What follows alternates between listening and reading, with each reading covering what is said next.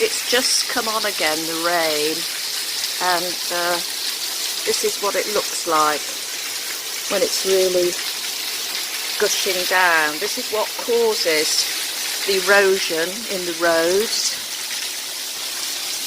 and the vineyards and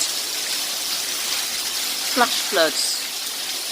And it's just coming down like somebody once said, somebody has unzipped the sky.